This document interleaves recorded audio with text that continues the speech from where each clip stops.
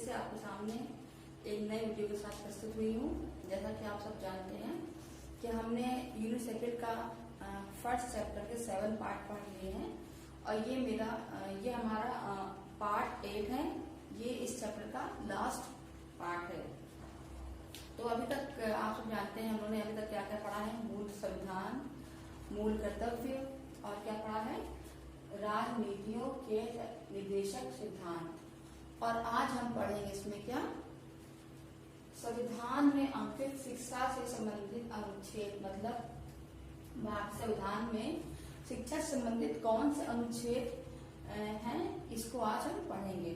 वैसे तो आप सब लोगों ने शुरू से लेकर के जो हम लोग पहला टॉपिक हम लोग का था वहां से लेकर के लास्ट वाला टॉपिक जो पार्ट 7 तक आपने पढ़ा है और समझ लिया है कि क्या क्या हमने उसमें देखा, समझा, क्या अनुच्छेद है, क्या संविधान सब हमने पढ़ा है। तो बस उन्हीं संविधानों, अनुच्छेदों से निकाल करके शिक्षा के संविधानों का अनुच्छेद बना दिया गया। शिक्षा संविधान के संबंधित अनुच्छेदों को बनाया गया है सिर्फ उन्हीं संविधानों से निकाल करके।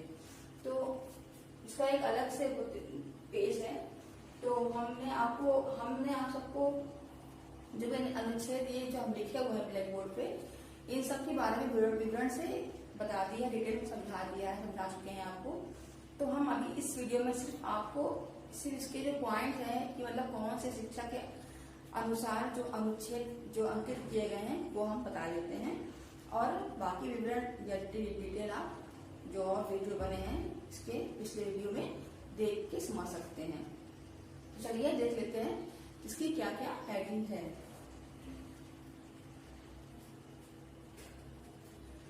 बच्चों, पहला है हमारा अनुच्छेद 21A।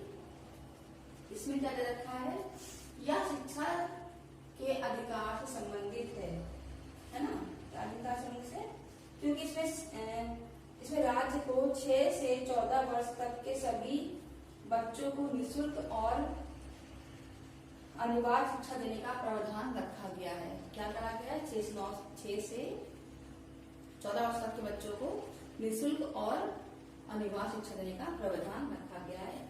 और इसके बाद क्या है, अनुच्छेद 28। इसमें क्या करा गया है, पूर्व शिक्षा संस्थाओं में धार्मिक शिक्षा या धार्मिक उपासना में उपस्थित होने के विषय में स्वतंत्रता।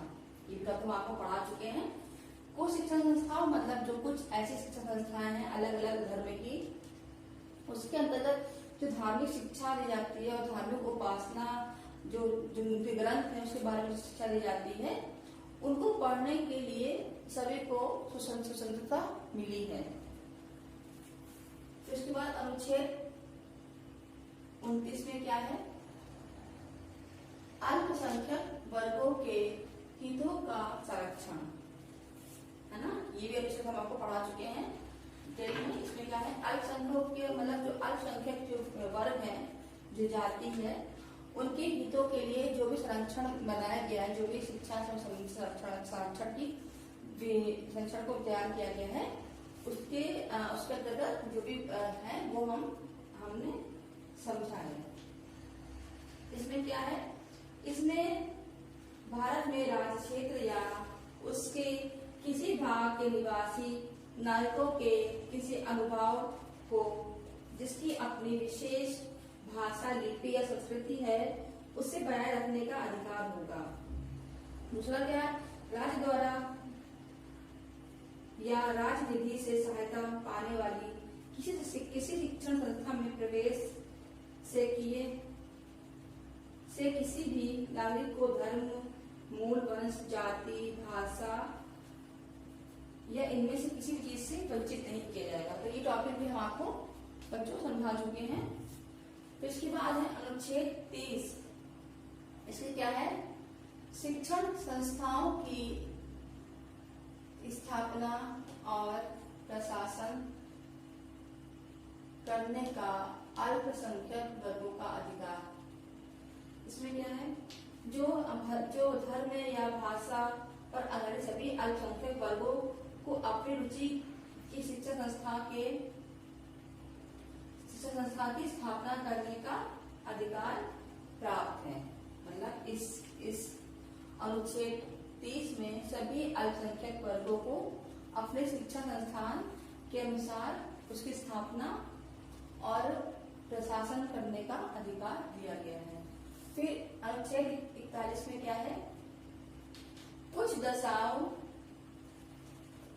में काम शिक्षा, मतलब काम जो हमारा वर्क है, काम और शिक्षा, लोक सहायता पाने का अधिकार। मतलब इसमें क्या है, राज्य अपनी आर्थिक सामर्थ्य और विकास की सीमाओं के भीतर काम पाने के, शिक्षा पाने के और बेकारी, बुढ़ापा आदि जिस प्रकार की चीजें हैं, इस प्रकार की दशाएं हैं, दशाओं सहायता प्राप्त करने के लिए सरकार ने एक उद्भव तैयार किया है। फिर अनुच्छेद क्या है, 45 में क्या है, 6 वर्ष से कम आयु के बच्चों की प्रारंभिक बाल्यावस्था की देखभाल और उनकी शिक्षा का प्रावधान। सरकार ने क्या करा है, 6 वर्ष तक के जो भी बच्चे हैं, जो बाल्यावस्था के बच्चे होते हैं, 6 वर्ष से कम तक के बच्चे, उनकी देखभाल और उनकी शिक्षा का प्रावधान तैयार किया है। अनुच्छेद 46 में क्या है, 46 में SC ST मतलब अनुसूचित जाति, अनुसूचित जनजाति और अन्य दुर्बल वर्गों के शिक्षा और अर्थ संबंधी हितों में अभिव्यक्ति। ये पॉइंट भी हमने आपको समझा दिया पहले। क्या है, SC ST के लिए जो, और इसके अलावा जो दुर्बल वर्ग है, दुर्बल नागरिक हैं, उनकी शिक्षा और उनके धन संबंधी प्रक्रिया के लिए सरकार ने या राज्य ने कुछ न कुछ प्रयास किए हैं। फिर अनुच्छेद 337 मतलब 337 में क्या क्या लिखा गया है, अग्र भारतीय समुदाय के फायदे के लिए शैक्षिक अनुदान के लिए विशेष उपबंध। इसमें राज्य ने क्या कहा है, इसमें राज्य ने कहा है शिक्षा संस्थान इस अनुच्छेद के अधीन अनुदान प्राप्त करने की तब तक हकदार नहीं होगी जब तक उसके वार्षिक प्रवेशों में कम से कम 40% प्रवेश अखिल भारतीय समुदाय से भिन्न समुदायों के सदस्यों के लिए उपलब्ध नहीं किए जाते हैं। मतलब इसमें क्या कहा गया है, जो भी फायदे मिलेंगे उसमें तब तक ये तब तक ये हकदार नहीं होगी जब तक उस प्रवेश में कम से कम 40% जो छात्र हैं या नागरिक हैं वो अखिल भारतीय समुदाय के ना होकर किसी और समुदाय के सदस्य हों, तभी उनको इस बात का फायदा मिलेगा। फिर लास्ट पॉइंट क्या है, अनुच्छेद 50, अनुच्छेद 350 में क्या है, व्यथा के निवारण के लिए अभ्यावेदन में प्रयोग की जाने वाली भाषा। मतलब प्रत्येक व्यक्ति किसी व्यथा के निवारण के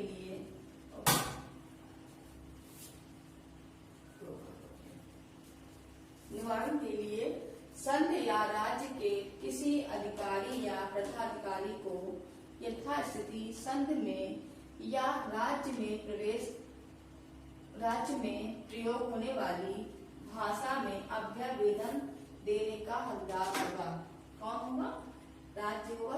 जब व्यक्ति में यथा निवारण के लिए कुछ निवारण के लिए संघ या राज्य कोई भी अधिकारी से या पदाधिकारी से सहायता लेगा। इसके बाद दूसरा पॉइंट क्या है, प्राथमिक स्तर पर मातृभाषा में शिक्षा की सुविधाएं।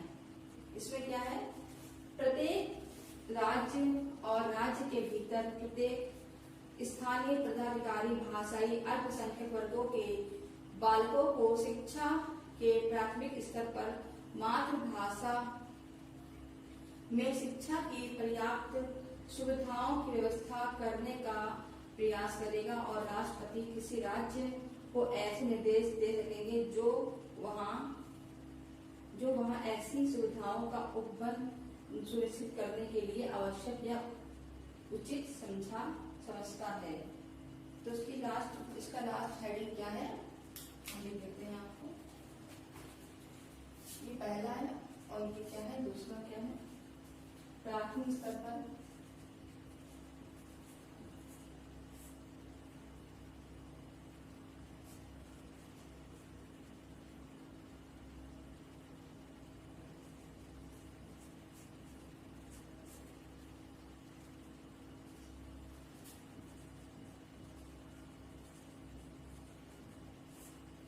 मातृभाषा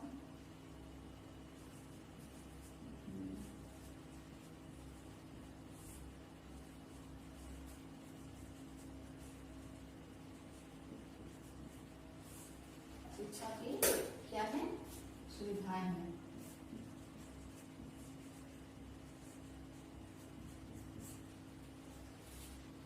तो बच्चों ये क्या है, ये हमारे शिक्षा से संबंधित अनुच्छेद हैं जिनको हमने आज पढ़ा समझा, और आप फिर से एक बार रिव्यू कर लीजिएगा ताकि ये आपको अच्छे से याद हो जाए, और इसको मतलब कभी भी आप किसी भी टाइम पर बता सकें, एग्जाम टाइम पे यूज कर सकें। तो उसके साथ अब हम फिर मिलते हैं नेक्स्ट वीडियो में, और हमारा चैप्टर 1 पूरा समाप्त हो गया है, यूनिट 2 का। इसके बाद आपसे नेक्स्ट चैप्टर में मिलेंगे। धन्यवाद, बाय बाय।